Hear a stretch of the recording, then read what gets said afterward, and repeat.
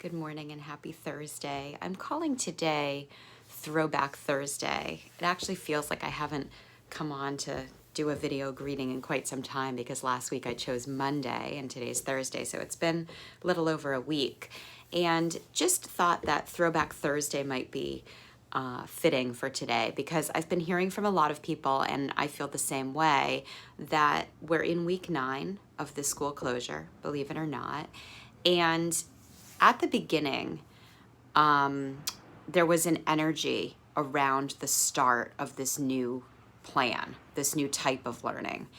And there was adrenaline, and there was enthusiasm, and there was a level of excitement. There was a level of, we've got this, and let's do this, and bring it on. And I think that was all tied to the assumption that it would be short-lived, that it would be a lot less temporary than it ended up being.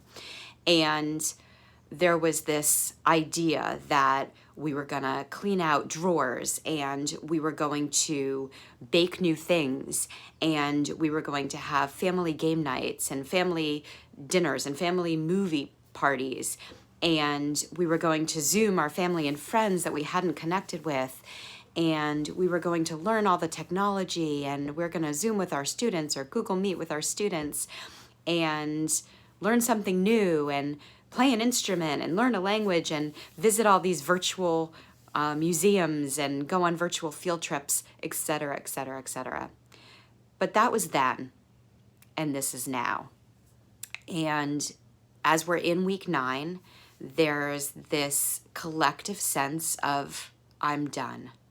I'm spent, I'm running on empty, my tank is empty, I have nothing left to give, I've got no reserve, I'm stale, I'm in a rut.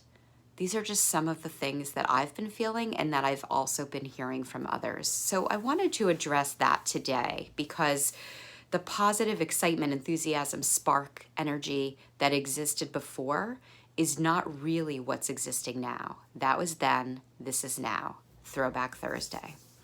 So what can we do to help ourselves get out of this staled feeling, this rut-like state that we're in, that just isn't feeling good? It's not motivating. It's making us feel like we just don't want to do anymore. So I have some thoughts. And one of them is, it's really important to surround yourself with people that are going to lift you up. And when I say surround yourself, obviously it's more of a socially distanced virtual way. But even when we call a friend, or even when we see a neighbor across the street from us on our walk, it's important that we're not finding ourselves in conversations with people who are bringing us down, and people who have that low energy and more of that cynicism and that negative spirit, that can really deplete us. And I think it's important to step back and really think about who we want to be in contact with. What kinds of conversations are we looking for? What will help to bring out that inspiration again that so many of us are feeling is missing at this point?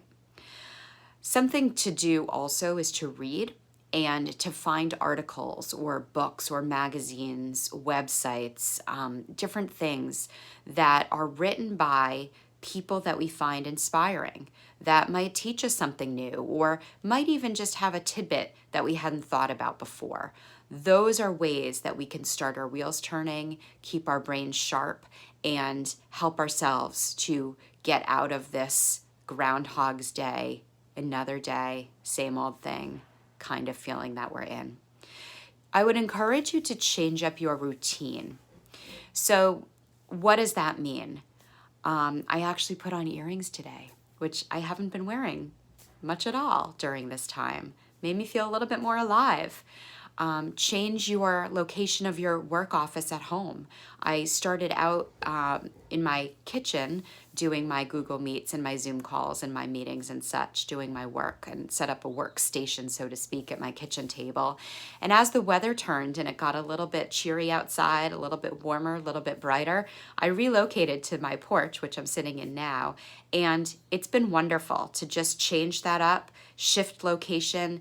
It feels like a new setting, and that has been a bit invigorating for me. So I recommend changing up your routine. Maybe having a cup of coffee before you work out, or maybe having something else for lunch today, or maybe reaching out to that friend that maybe you spoke to 4 weeks ago but haven't touched base with recently. Maybe putting on an outfit that you haven't worn yet in quarantine, doing your hair in a little bit of a different way. Those kinds of things can help to re-energize. Try a new art form. At the beginning of this school closure time, I would color, I would doodle. I have these adult mandala design coloring books in my house, and I would just doodle if I was talking to somebody or if I was having to have a brain break and move my focus away from what I was doing. I would doodle a bit. But change that up a little bit. More recently, my daughter actually found those old perler beads. I don't know if you know the ones that I mean. There are the peg boards where you put the beads on the different colors. You can make designs or pictures of sorts, and then you iron them, and they become these flattened, melted designs. So she had so many buckets of beads in her room, and she pulled them out, and it's been so therapeutic. We've been sitting there after dinner and just doing that. And sometimes we'll listen to music, sometimes we'll talk while we're doing that, sometimes we'll listen to news maybe that's in another room. But it's a practice of mindfulness, actually, looking for those colors and sorting through and making different designs. And then we thought maybe we would send them to people just as a token that we were thinking of them. These are things that spice up our day and change things around a little bit.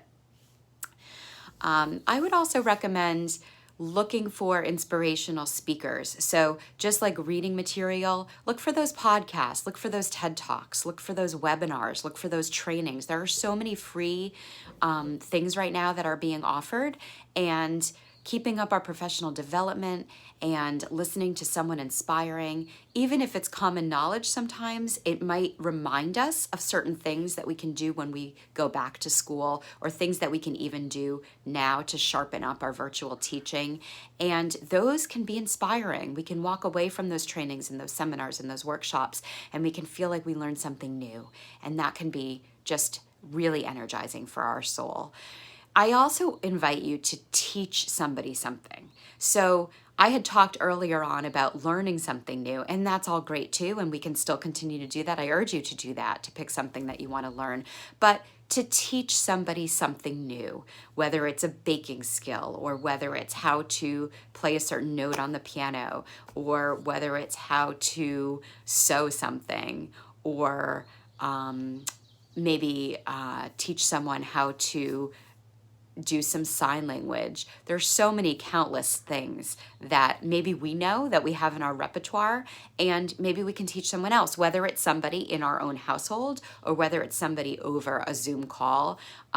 Maybe our niece wants to learn how to tell time or tie their shoes, whatever it might be, depending obviously on their age. But reach out to somebody and offer to teach them a new skill. And the teaching aspect can be just so gratifying and so uplifting. Join a new Facebook group. There are so many community groups doing kind things and inspirational quotes, and those are things you can look for as well. And looking for different posts that people are thinking about. This can also help to keep that zest for life and keep our days interesting instead of the same old, same old. So I invite you to try all of those things, some things for you to think about. That was then, this is now, it's a different time. It's week 9 and it's getting old, and we need to be creative and try to figure out new ways to just keep things moving along in a fun way. And I urge you to think about some of the tidbits that I shared with you today. Have a wonderful day. Enjoy the beautiful weather. Talk soon. Bye-bye.